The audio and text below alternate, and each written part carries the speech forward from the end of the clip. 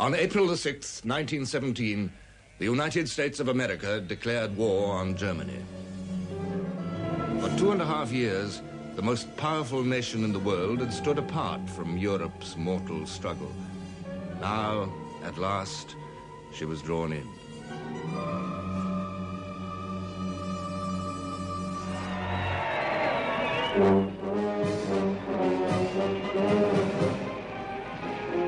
Many months would pass before her soldiers could be ready for battle.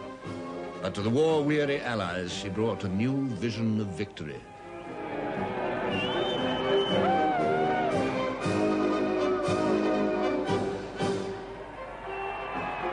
America had traveled a long road since August 1914.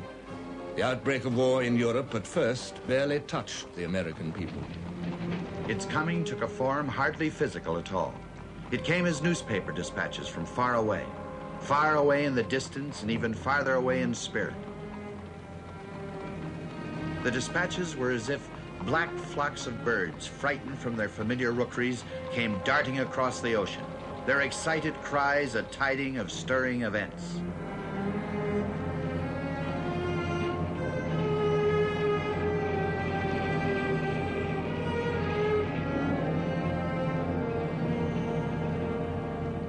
In 1914, Europe's quarrels seemed to be no concern of Americans.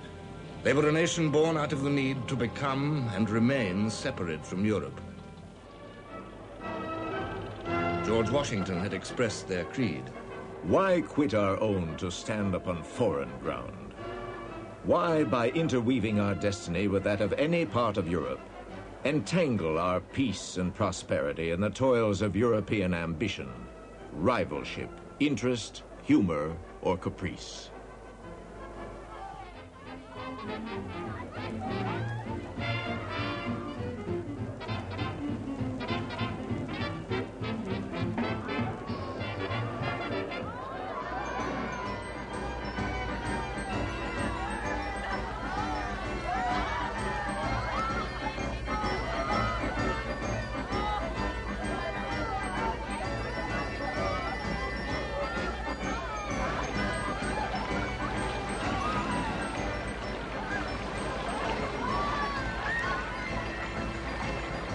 The separatism which inspired the first Americans also helped to drive forward the new nation's expansion.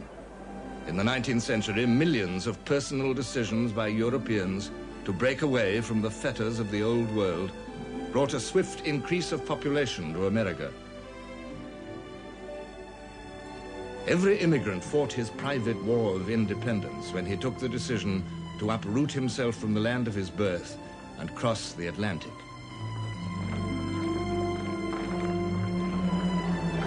Give me your tired, your poor, your huddled masses yearning to breathe free. The wretched refuse of your teeming shore. Send these, the homeless, tempest-tossed, to me.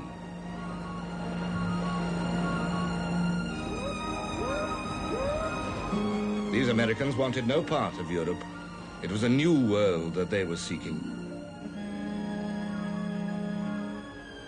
They found the fruits of isolationism sweet. They acquired greater wealth and material power than the world had ever known. In America, men could make vast personal fortunes with astounding speed. Andrew Carnegie, when he retired, gave away $350 million. America was the land of promise. Poor men could grow rich almost overnight.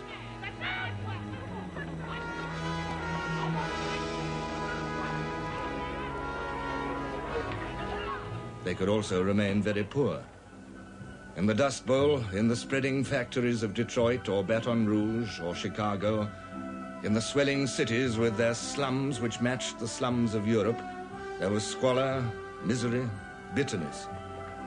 For many immigrants and their sons, it was a poor exchange to escape servitude to Europe's hereditary princes, only to find servitude to Wall Street's tycoons.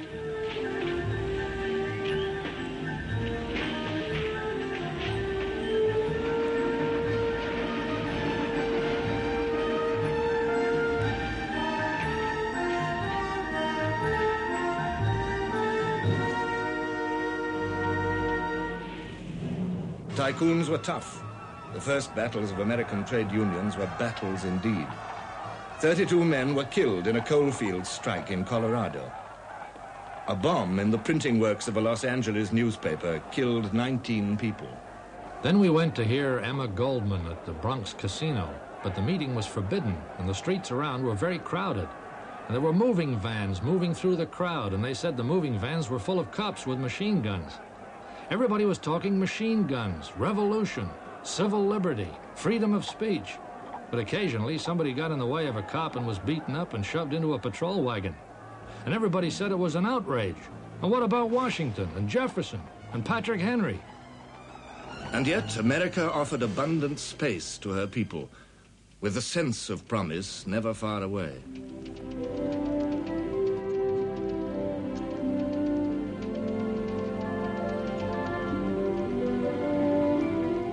By the turn of the century, the frontier, the legendary, luring frontier of the West, had vanished. From the Atlantic to the Pacific, the nation was one.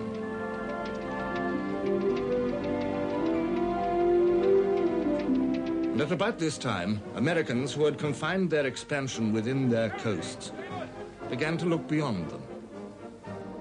While Britain was fighting her war in South Africa, America fought Spain and became a surprised imperialist. She freed Cuba, but she acquired the rich Philippine Islands and Hawaii. The spokesman of this extrovert American mood was Theodore Roosevelt, twice Republican president. Our nation, while first of all seeing to its own domestic well-being, must not shrink from playing its part among the great nations without. Speak softly and carry a big stick.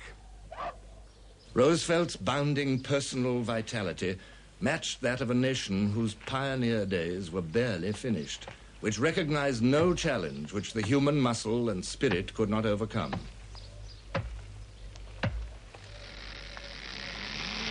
After his presidency, Roosevelt departed for a long tour of Africa and South America. He had made America's voice heard in the world's affairs. He had intervened in the war between Russia and Japan. He had spoken up when France and Germany quarreled over Morocco. He had seized Latin American territory to build the Panama Canal. But his ideas carried the American people beyond their present understanding of themselves.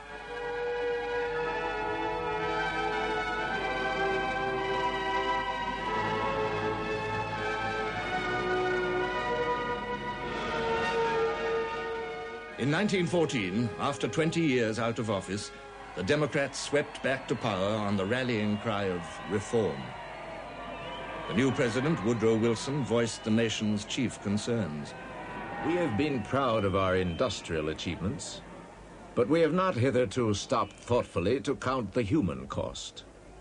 Our duty is to cleanse, to reconsider, to restore every process of our common life. When war broke out in Europe, America could scarcely have had a president more likely to keep her out of it. Woodrow Wilson was an austere, withdrawn intellectual, the son of a Presbyterian clergyman. He had spent most of his life in the seclusion of the academic world. His orderly mind found difficulty in grasping the complex dilemmas of the world outside the campus. But all his instincts were for peace. Sometimes people call me an idealist. Well, that is the way I know I am an American. America is the only idealist nation in the world.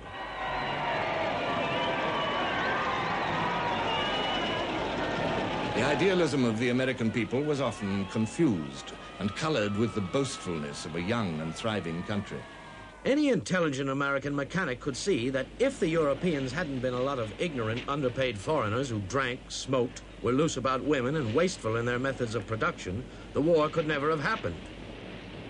Most Americans were well satisfied when Wilson stated the nation's posture towards Europe's war.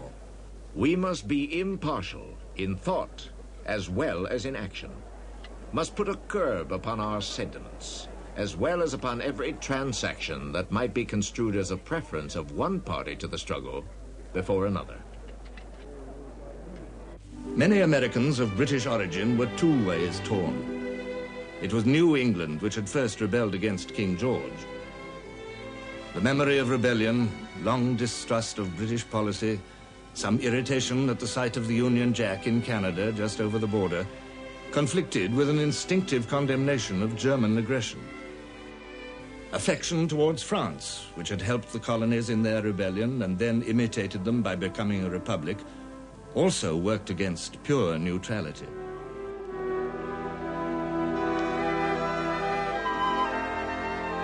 But there were 15 million vocal Irish Americans whose forebears had been forced to emigrate by hunger and poverty, for which they could not easily forgive their English oppressors. There were millions, too, from Russian territories, Poles, Ukrainians, Jews, with memories of pogroms and the secret police, who loathed the notion of a Tsarist victory. And there were over 11 million Americans of German descent, many of them powerful figures, able and willing to put forward Germany's case. What grudge had England against Germany? Except that Germany has grown commercially, financially, and industrially to a position which threatens to crowd England into a second rank. Jealousy appears to control this English attitude. And what is Germany fighting for? Does she want anything from anybody? She wants to be left alone. The delicate equilibrium of American sympathy was soon disturbed. Germany's invasion of Belgium outraged American opinion. Life magazine wrote, "If we see anything right at all in all this matter, Belgium is a martyr to civilization, sister to all who love liberty or law. The great unconquerable fact of the Great War is Belgium." Strict impartiality was easier to proclaim than to preserve. As the impact of war sank in, invasion, destruction, atrocity, authentic or not, American opinion swayed upon a deep underwater tide. Yet this tide of pro-British sentiment might be reversed by the exigencies of war itself. The exercise of British sea power had always grated upon America. Now Britain's blockade of Germany meant the interception and searching of American ships, the seizure of contraband cargoes. A flood of protests poured into the White House. The British Chancellor of the Exchequer, Lloyd George, wrote, "Germany's chief power was on land, Britain's on the sea. Germany's invasion of Belgium, her devastation of France, might arouse disinterested wrath in America, but it did not touch American pockets. On the other hand, Britain's firm measures to prevent contraband of war from reaching Germany and her wide and constantly widening interpretation of contraband caused serious inconvenience to American shipping and direct interference with American business." Left to itself, this friction might have developed into a fatal sore. Once more, it was German action which swung the tide of sympathy against her. U-boat attacks on unarmed merchant ships, sinking them with their crews aboard or left to die in their boats, were more shocking than the Royal Navy's blockade. Moreover, the loss of America's trade with Germany proved not to be such a blow. She found a new and insatiable market. The Allies were prepared to buy all the munitions that America could make. A temporary slump turned into an unprecedented boom.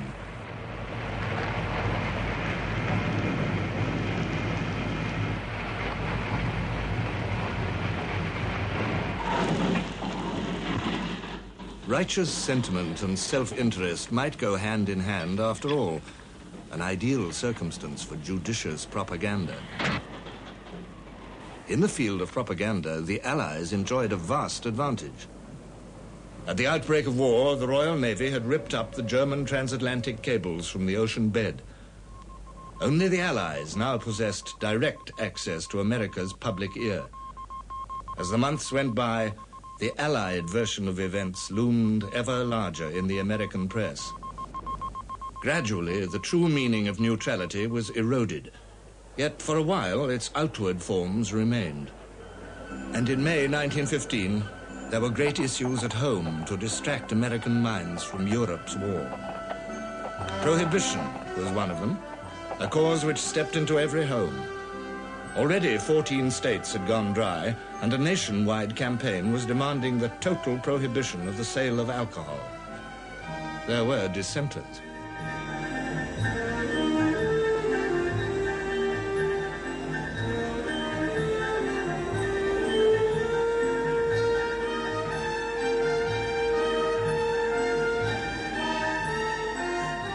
Campaigners for women's rights were active, and the women, on the whole, also supported prohibition.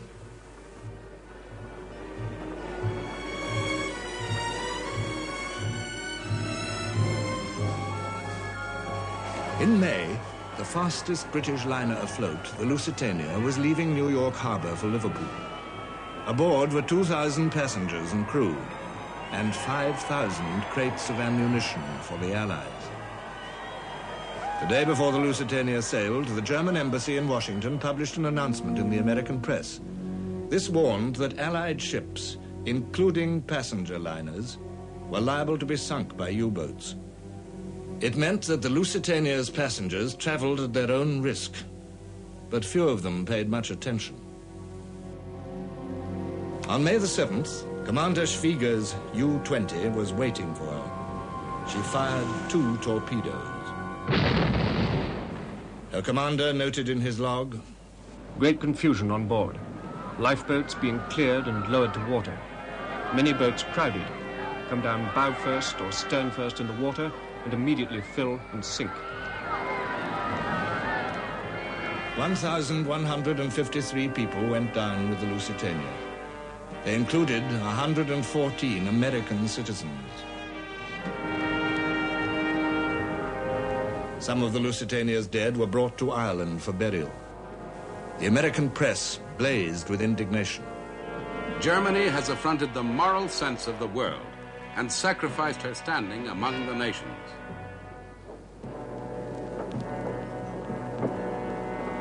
The sinking of the Lusitania was deliberate murder. Once more, the pendulum of American sympathy took a violent swing. Now, suddenly, it was no longer just a question of which side America favored. It became a matter of whether America herself might fight. Theodore Roosevelt said, "This represents not merely piracy, but piracy on a vaster scale of murder than old-time pirates ever practiced. It is warfare against innocent men, women, and children traveling on the ocean, and our own fellow countrymen and countrywomen who are among the sufferers. It seems inconceivable that we can refrain from taking action in this matter, for we owe it not only to humanity, but to our own national self-respect." Amid all the passion, President Wilson kept his head. The principles of a lifetime sustained him.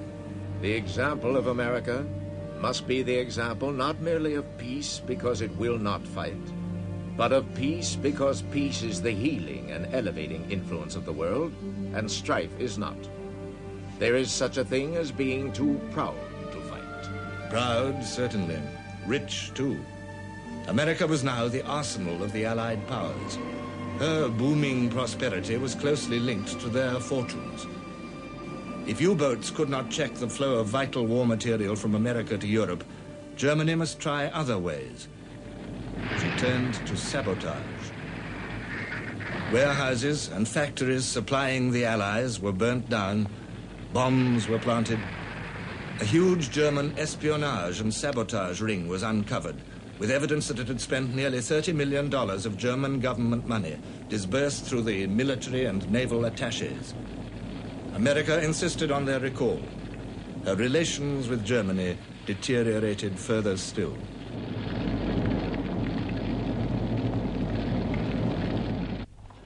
Yet the months went by without any definite consequence of America's ripening hostility towards the Central Powers. The anniversary of the Lusitania's sinking approached. It was April 1916. Suddenly, once more, the pendulum took a counterswing. From Dublin came news of the Easter Rebellion in Ireland and of its swift suppression by British forces. The execution of captured rebels spread over 10 days infuriated millions of Irish Americans and revived their ancient hatred. The British ambassador in Washington reported, "The attitude towards England has been changed for the worse. Our cause for the present among the Irish here is a lost one."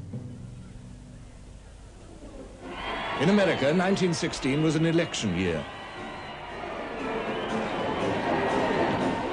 The war was the dominant issue.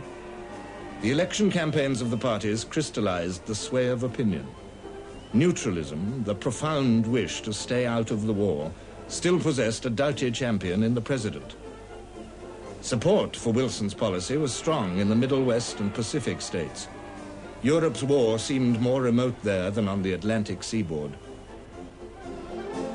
At the Democratic Convention, Wilson was renominated presidential candidate. The chairman opened his speech with a text from the Sermon on the Mount. "Blessed are the peacemakers, for they shall be called the children of God." He was applauded to the echo. Up and down the United States, Wilson fought his campaign on the slogan, "He kept us out of the war." The Republican candidate against Wilson was Charles Hughes, strongly backed by Theodore Roosevelt. Their policy was preparedness. They wanted a bigger army, universal military training, more aggressive American leadership. Roosevelt taunted Wilson with the shadows of men, women, and children who have risen from the ooze of the ocean. The shadows of babies gaping pitifully as they sank under the waves. The shadows of deeds that were never done. The shadows of lofty words that were followed by no action. The shadows of the tortured dead. Woodrow Wilson was re-elected, but his majority fell sharply. The portents were becoming unmistakable. Yet Wilson clung to his ideal of peace. There will be no war. This country does not intend to become involved in war. It would be a crime against civilization for us to go into it. Once again, it was Germany's own acts which swung the balance against her. On January the 31st, 1917, Germany informed America of her intention to carry out unrestricted submarine warfare. This meant that all shipping, including neutrals, whether carrying contraband or not, would be sunk at sight without warning anywhere in Allied waters. Stage by stage, President Wilson's campus ideals were being battered down by war reality. Stage by stage, he resisted the evidence and its implications. I refuse to believe that it is the intention of the German authorities to do in fact what they have warned us they will feel at liberty to do. Only actual overt acts on their part can make me believe it even now. Wilson was forced to believe. As vessel after vessel went down, Germany's ruthless determination became evident. The German ambassador in Washington was handed his passport. America broke off diplomatic relations and drafted a bill to arm her merchant ships. Now she stood on the very brink of war. The last act needed to drag her in was not slow in coming. In 1917, 4/5 of America's small army was embroiled with Mexico. Relations between the United States and her Latin neighbor had never been easy. The border along the Rio Grande was rarely quiet. Mexico's successive revolutions alarmed America, threatened her commercial interests, even the lives of her citizens. To Germany, this distant preoccupation was a godsend. If the American army was kept busy in Mexico, it could hardly come to Europe. Germany proposed an alliance to the Mexican government. Germany makes Mexico a proposal of alliance on the following basis: make war together, make peace together, generous financial support, and an understanding on our part that Mexico is to reconquer the lost territory in Texas, New Mexico, and Arizona. we suggest Mexico should invite Japan's immediate assistance and mediate between Japan and ourselves. This was the secret Zimmermann telegram, one of history's most explosive documents. British naval intelligence had broken the German codes and selected its moment carefully to inform America of the contents of the telegram. They came as a thunderclap. This was a conspiracy to attack the very homeland of the United States. Isolationism withered away. The peace party collapsed. The fire eaters rose in their wrath, headed by Theodore Roosevelt, uttering a characteristic bellow of rage. This man, Wilson, is enough to make the saints and the angels, yes, and the apostles swear, and I would not blame them. My God, why doesn't he do something? If he does not go to war with Germany, I shall skin him alive. This was the end of the president's dream of peace. While he took his last agonizing decisions, Germany, for the last time, fortified his resolve by torpedoing 3 American merchant ships in one day. Now there was no choice. The peacemaker must go to war. On April 2nd, 1917, Woodrow Wilson drove to the Capitol to deliver a momentous address. The wrongs against which we now array ourselves are not common wrongs. They cut to the very root of human life. I advise that Congress declare that it formally accept the status of a belligerent which is thus thrust upon it. It is a fearful thing to lead this great, peaceful people into war, into the most terrible and disastrous of all wars, civilization itself seeming to be in the balance. But the right is more precious than peace. The world must be made safe for democracy.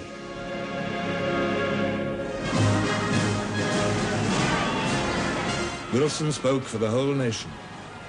Yet the ecstatic cheers with which it applauded him only filled him with sorrowful wonder. My message today was a message of death for our young men. How strange it seems to applaud that.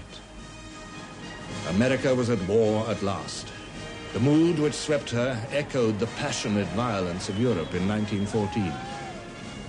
Winston Churchill wrote, Pacifism, indifference, dissent were swept from the path and fiercely pursued to extermination.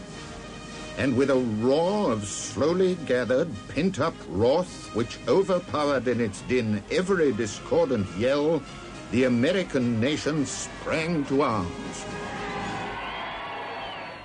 All America's competitiveness, all her genius for publicity, were channeled into the war effort. The first war loan was oversubscribed by 50%. Anti-German feeling ran riot. Wagner's music was banned. Dachshunds were stoned. Sauerkraut was rechristened Liberty Cabbage, and Potsdam, Missouri, hurriedly changed its name to Pershing.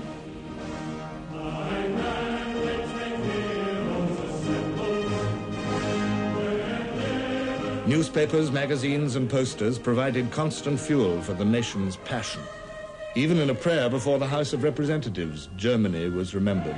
Thou knowest, O Lord, that no nation so infamous, vile, greedy, sensuous, bloodthirsty ever disgraced the pages of history. All over the country, young men swarmed into recruiting centers.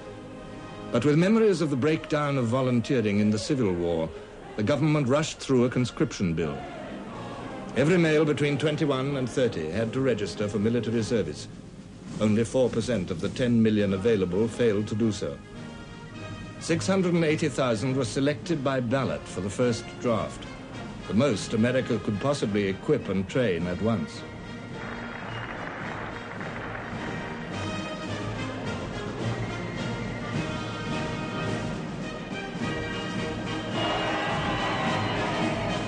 American womanhood, determined not to miss this opportunity of proving itself equal in a man's world, joined the war effort with equal fervor.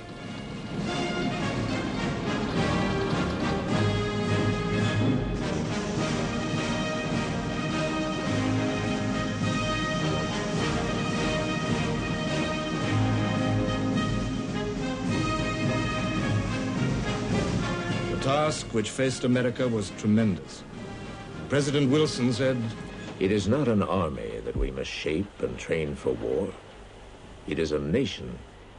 American industry was heavily committed to supplying the Allies. Now the Secretary for War needed it to arm and supply her own soldiers. War is no longer Samson with his shield and spear and sword, and David with his sling. It is the conflict of smokestacks now, the combat of the driving wheel and engine.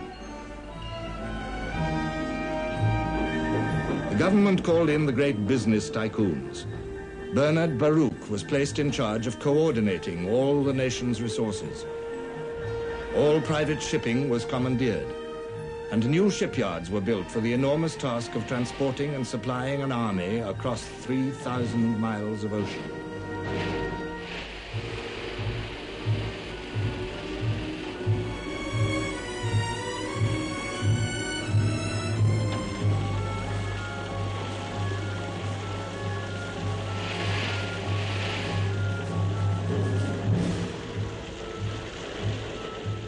Agriculture and food conservation were tirelessly organized and publicized.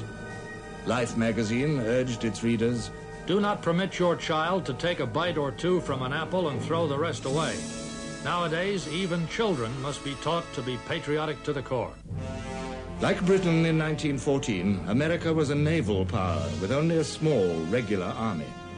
Immediately, she placed her fleet at the disposal of the Allies.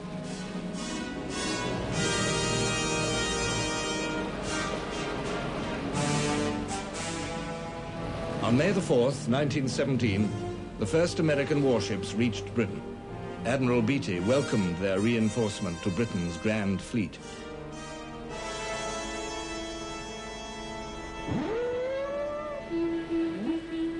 But it was the American army, the influx of her inexhaustible manhood, that Europe was waiting for.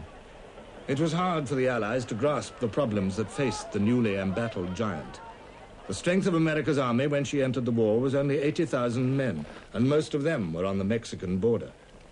To turn this tiny force into a trained army of hundreds of thousands, perhaps millions, was a stupendous task. Huge camps were built at breakneck speed, and men began training in them almost at once.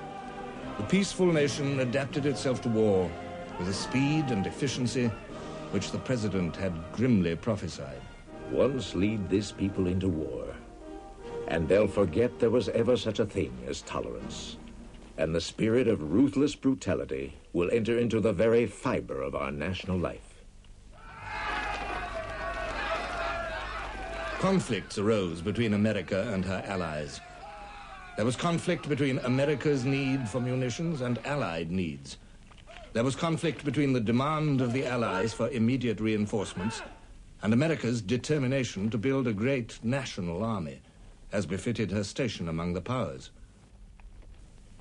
Allied missions headed by Marshal Joffre with all his fame for France, and by Mr. Balfour and General Sir Tom Bridges for Britain, pleaded for American soldiers.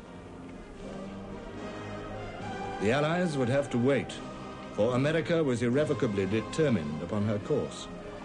The Yanks were coming, but they would come as a United States army, with a United States general, General Joseph Pershing. They would come in the fullness of time, and not before. Until then, the Allies must make shift to do without them. But for encouragement, as a token of what would follow, a handful of Americans, headed by Pershing, came to Europe to show the flag. They disembarked at Liverpool to a hero's welcome. As we stepped off the gangplank onto British soil, the band struck up the Star-Spangled Banner to welcome us. This being the first time in history that an American Army contingent was ever officially received in England.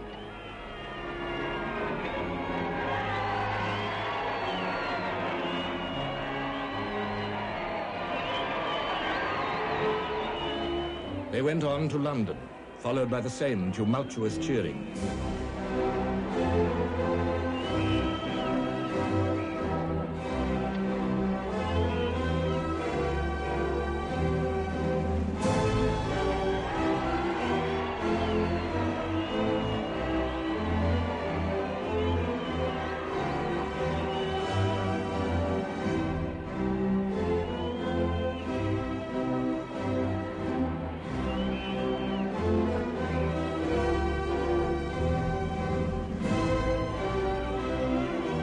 Pershing was greeted by the king. It has always been my dream that the two English-speaking nations should someday be united in a great cause. And today, my dream is realized. Together, we are fighting for the greatest cause for which peoples could fight. The Anglo-Saxon race must save civilization.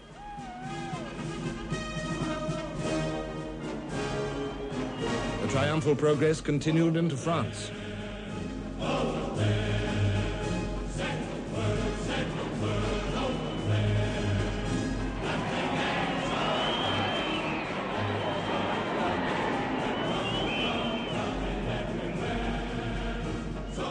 In Paris, it swelled to a frenzy. All felt that they were present at the magical operation of the transfusion of blood. Life arrived in floods to reanimate the mangled body of a France bled white by the innumerable wounds of 4 years.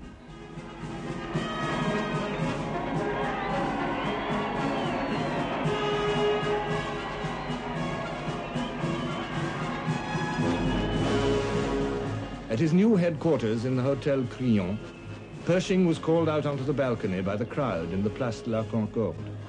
A breeze caught the folds of the French flag, and in a spontaneous gesture, the normally unemotional American took it and pressed it to his lips.